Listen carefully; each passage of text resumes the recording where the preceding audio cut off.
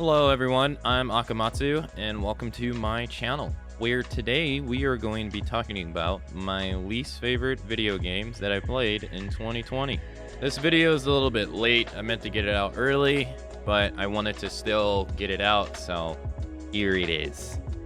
Lucky for me, there were a lot of video games that I liked in 2020 and very little ones that I disliked, so this list isn't going to be tremendously long. Not as long as my most liked games in 2020, but before we jump into the video, I'd like to plug my Twitch channel, where all the video games that you will see on this list and in my list of my favorite games in 2020 were streamed at over on my Twitch channel at twitch.tv/Akamatzu. If you would like to find a community to come and join and chill and talk video games and, joke around, you are more than welcome to join us, and we'd love to have you. So, with that said, let's get started. Now, the game that's coming in at number 5 on the list is a game that I originally did not want to add, but I felt like I had to, and that would be Cyberpunk 2077. I didn't want to add it on the list because I enjoyed the game for the most part of it, but I felt like I had to put it on the list because of the expectations surrounded by the game. Now, my expectations going into the game were pretty low. I saw one trailer of the game, and I think it was at an E3. I think it was the Xbox showcasing. I don't really remember, but I never saw any of the other trailers. My expectations, I guess, came from knowing that they were the people behind Witcher 3, and I played The Witcher 3. I tried to keep my expectations low and all that stuff going in, and I tried to avoid as many trailers, so, again, keeping my expectations low so I could, most likely enjoy the game. And, that's pretty much what happened for me. But after seeing the debacle with the current state of the game, or the state of the game that I played it through, the debacle with the console release, which is inexcusable and pretty shady, the reviewing process that they had with reviewers from official to YouTubers, and in general, I just feel like the game is pretty mediocre and it doesn't live up anywhere near the hype that they were touting it to be, that they were tooting their own horn. So that's why it's here at number 5. I thought it was a fun game, just a lot of the side missions were pretty similar. A lot of the side characters didn't really go anywhere, like the fixers in the certain areas. They didn't really go anywhere.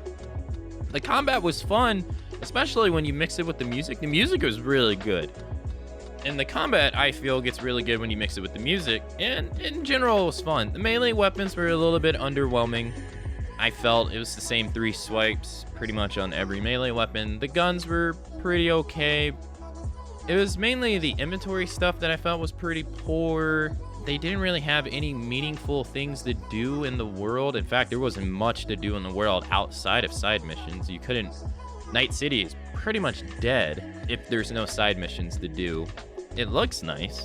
It sounds nice, but it was a buggy mess as well. I ran into so many bugs, from my audio getting distorted while driving a motorcycle, double audio playing in certain missions where people would be talking over each other double. Only happened in one mission, but it happened. I said it before, I didn't feel like there was a nice variety in side missions. While there's a crap ton of side missions to do, it's pretty much the same 5 missions over and over again, which got kind of bland after a while, but I did them anyway because I found the gameplay fun.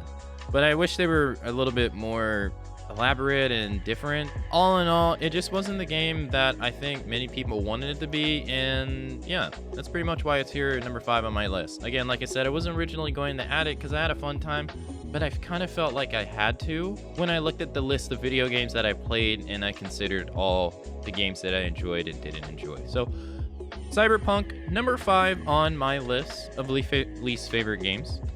Coming in at number 4 is a game that fell pretty flat for me. Star Wars Squadron.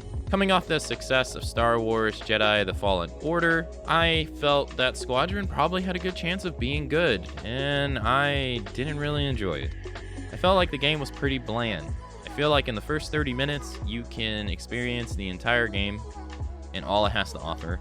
The gameplay is pretty dull. I didn't really find the space fighting to be that enjoyable. I kind of wish you could play the game in third person, kind of like the old Rogue Squadron games on Nintendo consoles. Found myself missing that more. I didn't really enjoy the storyline that much, and it just didn't hold me. I found it pretty uninteresting. I find a hard time saying many bad things about it. I don't really find many, if any, good things to say about it, because ultimately I just found the game pretty lacking through and through, and I returned it. It's one of the only games on this list that I actually returned because I did not enjoy it. So Squadron's on the list. I don't have much to say about it outside of the fact that it was just one of the most disappointing games I played last year. Now coming in at number 3 is Watch Dogs Legion. Watch Dogs, the series, I only played the first one, didn't play the second one, and when I played the first one, I didn't know anything about the debacle with the graphics or everyone's expectations. I was actually living in Chicago at the time when I played it, so I did a lot of compare and contrast to a lot of the landmarks and stuff, which was fun, was extra fun for me.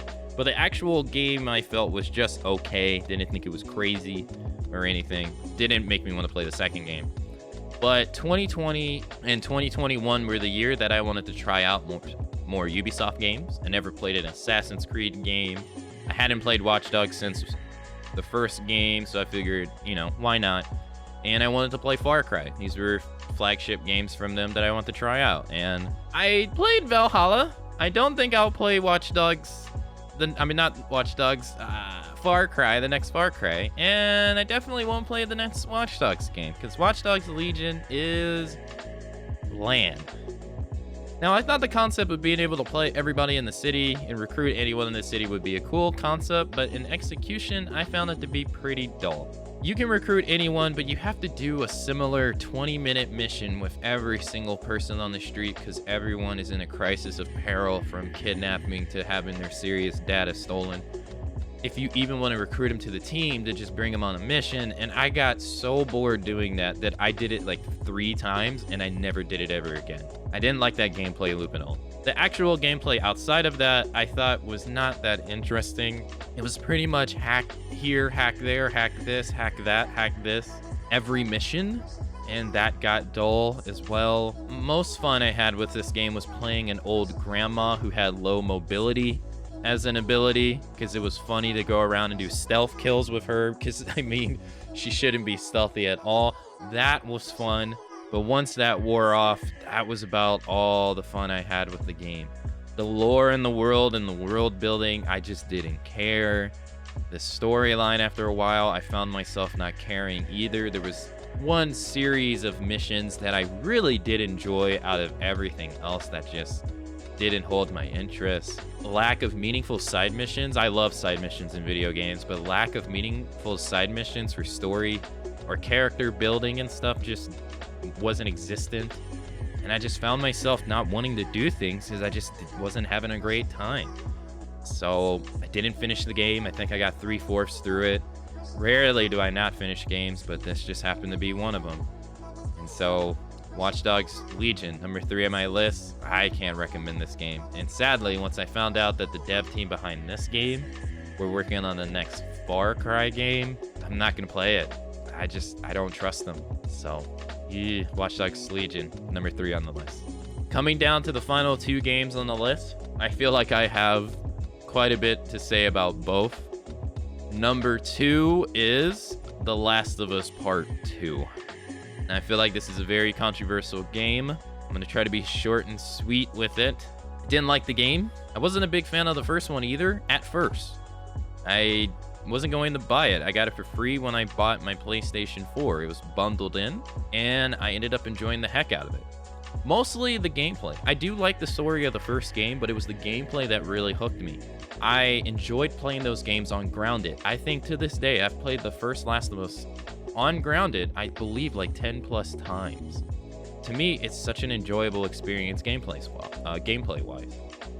The story is great too. I enjoyed Ellie and I enjoyed Joel and all the characters that you met along the way through their journey of Part 1.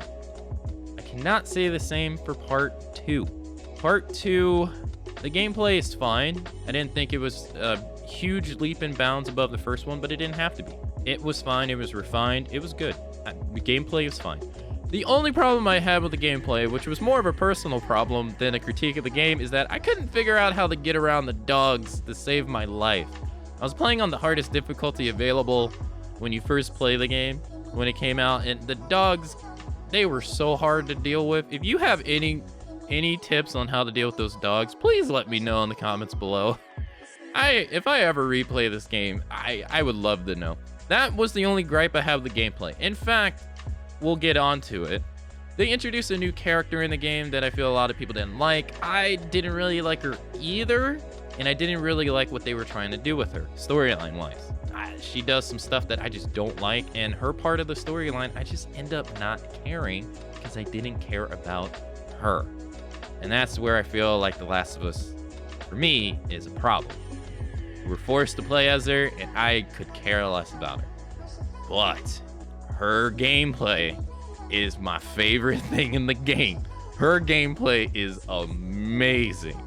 It's brutal. It's great. You just chucking enemies with your fists, decking them, and it's a great time. But once that is gone, if I have no interest in the storyline whatsoever, then I find myself hardly caring about a video game, no matter how great the gameplay is. I mean, even fighting games. Tekken is my favorite fighting game of all time, and I'm head over heels for the storyline. You can say what storyline, but there's a story there, and I find it interesting. The Last of Us Part 2, I just failed to get interested in the new characters and what they were trying to do. Or the new main character. Jesse, a new character, I thought was great, and I enjoyed him tremendously. Abby, I didn't like her. So after everything was all settled and I finished the game and I tried to reflect on it because it was a meaningful game that they were trying to invoke emotion, I sat there and I thought about what do I think the writers and the director of this game were trying to accomplish. Now, I'm not going to spoil the ending or anything, but I will share that what I believe that they were trying to do and invoke feelings into the player is something that I ultimately just don't enjoy. I don't enjoy it. I feel like it's a two sides to every story, type of story, and ultimately one side of the story I just didn't want. And I think that's my biggest problem with The Last of Us Part 2. Now, I asked for tips about the dog earlier in case I play the game ever again, and I said I played the first Last of Us a whopping 10 times on Grounded alone. I have a hard time seeing myself ever replaying this game. Maybe once, in case it gets an upgrade on the PlayStation 5 to experience it with the new update in case it's in 60 FPS. Although I'm not complaining, I think the 30 FPS is fine. I have no complaints on that whatsoever. I thought it was fine. Maybe for that, but unlike The Last of Us 1 where I played it a heck of a lot, I don't see myself ever going back to this game. I forgot about one complaint that I meant to mention before I wrap this up, and that is gameplay length. Gameplay length. I feel like The Last of Us Part 2 is too long. You might say, well, it's only a 20-hour game at most, and you're right. It's not long in comparison to other games like Red Dead Redemption 2.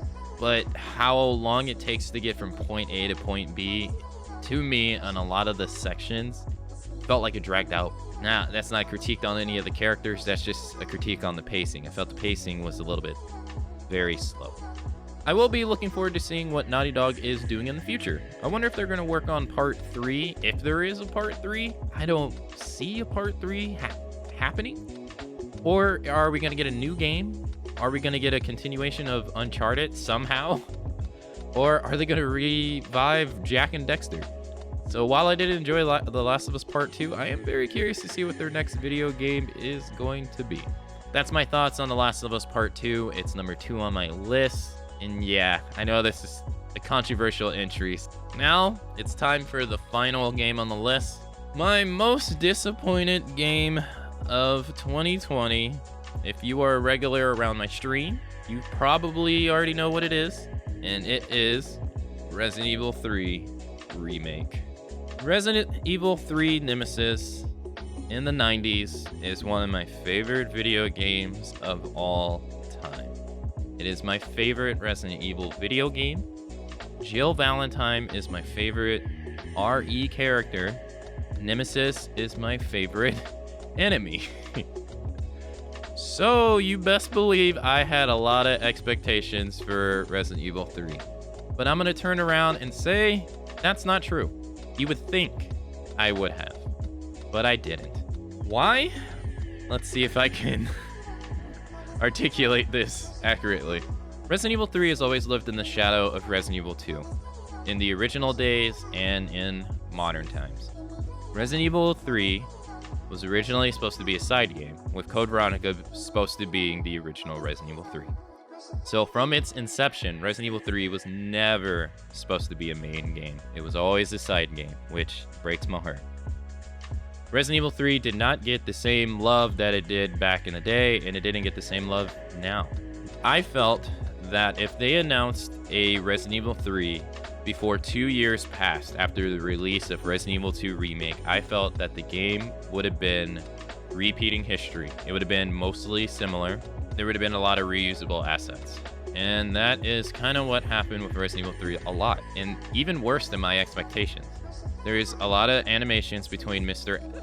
X and Resident Evil 2 Remake and Nemesis. They share a lot of animations. That was one of the things I was worried about, that Nemesis wouldn't be his own monster. The graphics are pretty much identical, I would say, which is fine. That's fine. I'm not judging the graphics. Both of the games are gorgeous.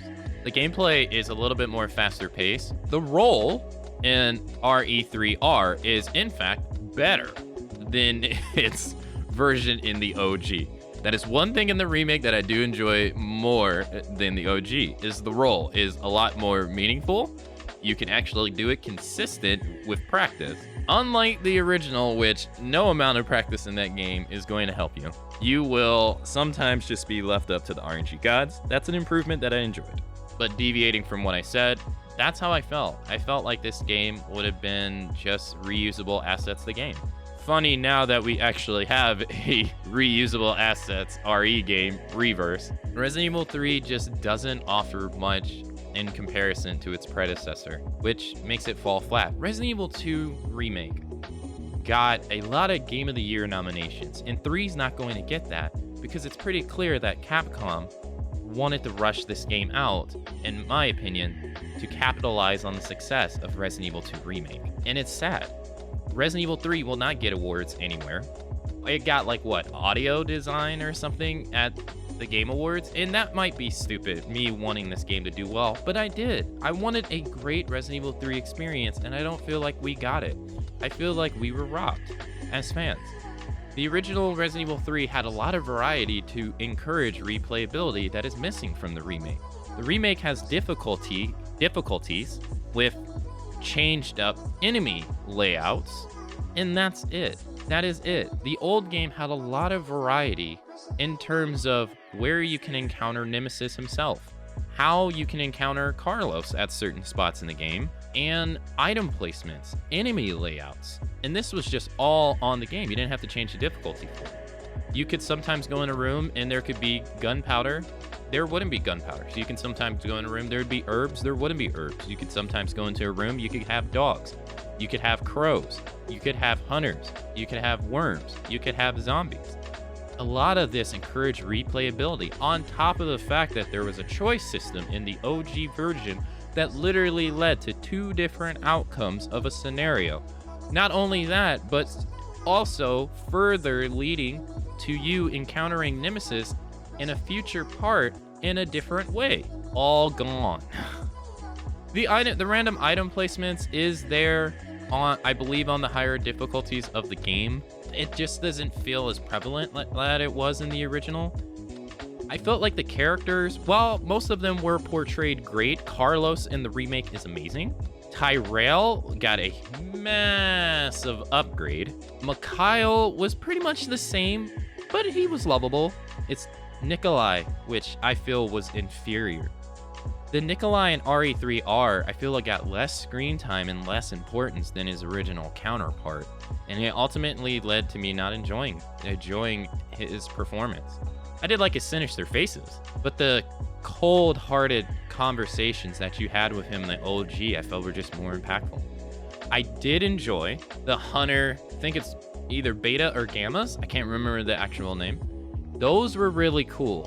Where in the original, they were just a copy pasta of the original hunters or the main hunters. In this game, they're actually a defect hunter and they got their own identity, which was a really cool upgrade and I enjoyed. A lot of the common criticisms you hear about this game were we're not including the park and the clock tower. After a while, I thought about it. At first, I disagreed because we kind of traded one of those to get a short sewer section, which kind of sucks because there's always a sewer section, so it would have been nice to get something else. But after they omit the worm boss and the second and third Nemi fight are basically identical, I kind of feel the same. I would have liked to have the clock tower with how much that they actually cut out of the game, just to add to the game's overall length, because it feels very short. Now, I could go on and on and on about my things that I felt that I didn't enjoy about this game, because I have a lot to say about this game. But that's pretty much my gist on RE3R. I didn't have positive expectations about this game before it came out, and sadly, it was exactly what I thought it was going to be, but worse. I hope Capcom takes this as a learning experience and tries not to cash cow video games. There's a lot of people who enjoy the original Resident Evil 3, and we're looking forward to this game, and it just falls flat. Number 1 on the list of my least favorite games of 2020 / most disappointing was Resident Evil 3 Remake. And that concludes my list. What did you guys think of my list? Were some of the games that you enjoyed or didn't enjoy on it? Did we share some games? Was there some games that didn't appear on the list that you didn't enjoy? Let me know down below. I'd like to take the time to thank you guys all so much for watching my video. I hope you guys enjoyed it. If you did, I'd appreciate it if you could leave it a thumbs up. It helps with the YouTube algorithm. I was gonna say Twitch. And if you enjoyed the video, consider subscribing to my YouTube channel. Also, I said it earlier, if you'd like to join us while I play these video games live, you're more than welcome to come over on my Twitch channel, and we'd love to have you. So thank you guys all so much for watching. I hope 2021 is amazing for video games and that we all have great experiences. So I will see you guys all next time in the next video. So goodbye, everybody.